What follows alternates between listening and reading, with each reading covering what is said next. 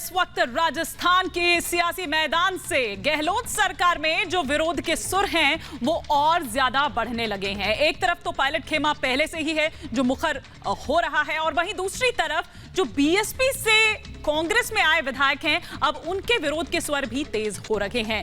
लाखन मीणा की अगर हम बात करें तो उन्होंने अब मंत्रिमंडल विस्तार की मांग की है। तो ये बड़ी खबर इस वक्त की।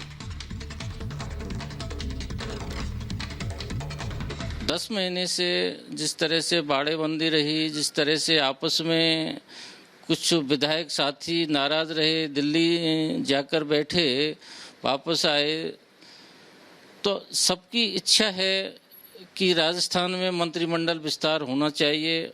और मैं भी आपके माध्यम से कहना चाहता हूं कि अगर मंत्रिमंडल विस्तार होगा, सरकार में पूरे अगर मंत्री होंगे तो ज़्यादा से ज़्यादा विकास भी होगा, काम भी अच्छा चलेगा, और कार्यकर्ता जो नाराज़गी है वो नाराज़गी भी दूर होगी।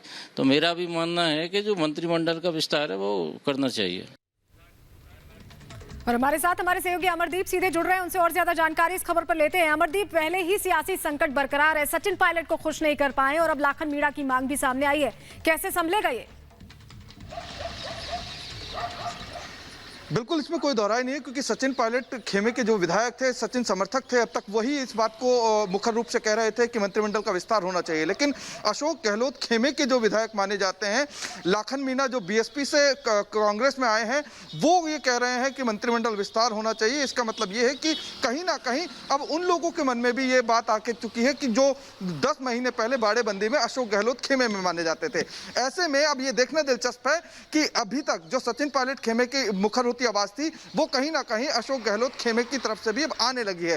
तो ऐसे में मंत्रिमंडल विस्तार होगा या नहीं होगा, क्योंकि सबका फोकस कहीं ना कहीं जो है अशोक गहलोत के मंत्रिमंडल विस्तार को लेकर के है। सचिन पायलट भी यही चाहते हैं कि मंत्रिमंडल विस्तार हो जाए। अब बसपा के जो कांग्रेस से